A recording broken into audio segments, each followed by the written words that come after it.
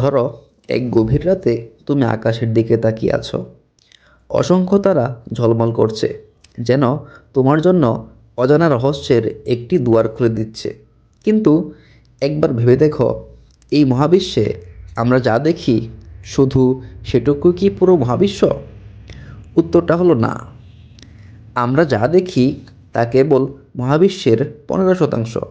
বাকি 85% হলো এমন এক উপাদান যা আমাদের চোখে ধরা পড়ে না, কিন্তু যার উপস্থিতি মহাবিশ্বের গঠন ও স্থিতিশীলতার জন্য অপরিহার্য। এর নাম ডার্ক ম্যাটার। ডার্ক ম্যাটারকে বলা হয় মহাবিশ্বের অদৃশ্য রক্ষক। আমরা দেখতে পাই না, ছুঁতে পারি না, এমনকি সরাসরি শনাক্ত করতেও পারি না। তবু এর প্রভাব এতই গভীর যে এটি ছাড়া গ্যালাক্সি গঠন সম্ভবই হতো না। গ্যালাক্সির প্রতিটি কোণ, নক্ষত্র, এমনকি আমাদের পৃথিবীর অস্তিত্বই এর উপর নির্ভরশীল। এটি যেন মহাবিশ্বের এক অদৃশ্য জাল, যা সব কিছু একত্রে ধরে রেখেছে। ডার্ক ম্যাটার প্রথম আলোচনায় আসে 1933 সালে। বিজ্ঞানী জুইকি লক্ষ্য করেন যে কিছু গ্যালাক্সি এমন গতিতে ঘুরছে যা দৃশ্যমান ভরের সঙ্গে মেলে না। তিনি বলেন, এই গ্যালাক্সিগুলোকে একত্রে ধরে রাখার জন্য আরও মাধ্যাকর্ষণের প্রয়োজন। কিন্তু দৃশ্যমান কোনো ভর সেই প্রয়োজন মেটাতে পারছিল না। এর মানে এমন কিছু আছে যা আমরা দেখতে পাই না। এর পরের ধাপে বিজ্ঞানী ভেরা 1970-এর দশকে আরও প্রমাণ দেন। তিনি গ্যালাক্সিগুলোর কেন্দ্রীয় এবং প্রান্তের তারাগুলোর গতি বিশ্লেষণ করেন এবং দেখেন যে মাধ্যাকর্ষণ ছাড়া এটি সম্ভব নয়। ডার্ক ম্যাটার এমন এক ধরনের পদার্থ যা আলোর সঙ্গে কোনো বিক্রিয়া করে না। এটি আলো শোষণ করে না, প্রতিফলিত করে না। তবে এর মহাকর্ষীয় প্রভাব অনেক বড়। এটি গ্যালাক্সির ভেতরে এবং চারপাশে এমনভাবে কাজ করে যেন একটি অদৃশ্য হাত গ্যালাক্সিকে ভেঙে পড়া থেকে রক্ষা করছে। তুমি হয়তো ভাবতে পারো, বিজ্ঞানীরা ডার্ক ম্যাটার সম্পর্কে কিভাবে জানলেন, যদি এটি দেখাই না যায়? উত্তরটা হলো, তারা এর প্রভাব বিশ্লেষণ করেছিলেন। ডার্ক ম্যাটার এত শক্তিশালী মাধ্যাকর্ষণ তৈরি করে যে এটি আলোকে বাঁকিয়ে দিতে পারে। এই প্রভাব দেখে বিজ্ঞানীরা অনুমান করেন কোথায় ডার্ক ম্যাটার রয়েছে।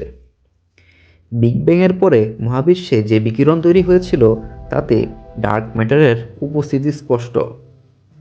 এটি ছাড়া কোনো গ্যালাক্সি গঠন হতো না, তারাগুলো একত্রে থাকতে পারত না, মহাবিশ্ব সম্পূর্ণ বিশৃঙ্খল হয়ে যেত। সৌরজগৎ, পৃথিবী, এমনকি আমাদের অস্তিত্বও থাকতো না। তুমি কি কল্পনা করতে পারো, একটি অদৃশ্য শক্তি মহাবিশ্বের প্রতিটি পদক্ষেপ নিয়ন্ত্রণ করছে?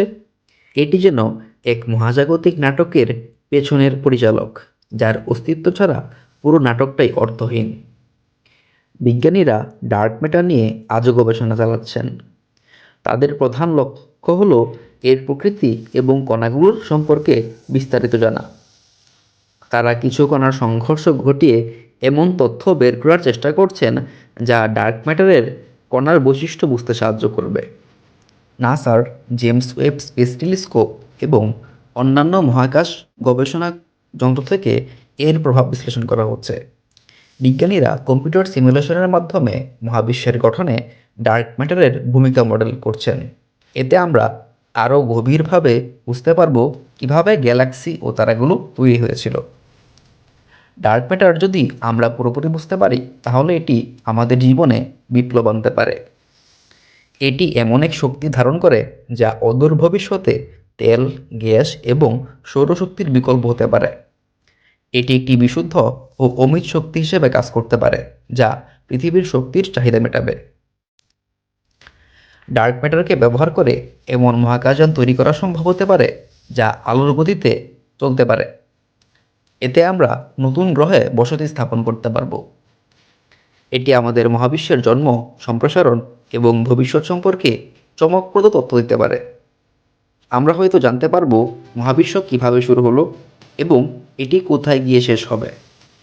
ডার্ক ম্যাটার যেমন শক্তিশালী তেমনি বিপজ্জনক। যদি এটি ভুল হাতে পড়ে, তবে এটি অস্ত্র হিসেবে ব্যবহার করা হতে পারে। এর শক্তি দিয়ে মহাবিশ্বের ভারসাম্য নষ্ট করা সম্ভব। ডার্ক ম্যাটার আমাদের জীবনের প্রতিটি মুহূর্তে গুরুত্বপূর্ণ। এটি আমাদের গ্যালাক্সি এবং সৌরজগৎকে স্থিতিশীল করে রেখেছে। এটি ছাড়া মহাবিশ্বে কোনো কাঠামো টিকে থাকতো না। ডার্ক ম্যাটার আমাদের মহাবিশ্বের সবচেয়ে বড় রহস্য। এটি অদৃশ্য হলেও মহাবিশ্বের গঠন ও স্থিতিশীলতার জন্য অপরিহার্য। বিজ্ঞানীরা এর প্রকৃতি বোঝার জন্য নিরলস কাজ করে যাচ্ছেন। একদিন হয়তো আমরা এর সব রহস্য উন্মোচন করতে পারব। তুমি কি কল্পনা করতে পারো সেই দিনটি কেমন হবে, যখন ডার্ক ম্যাটারের শক্তি আমাদের জীবনে আমূল পরিবর্তন আনবে? নতুন গ্রহ, নতুন সভ্যতা এবং মহাবিশ্ব সম্পর্কে অজানা সত্য উন্মোচনের দিন হয়তো খুব দূরে নয়।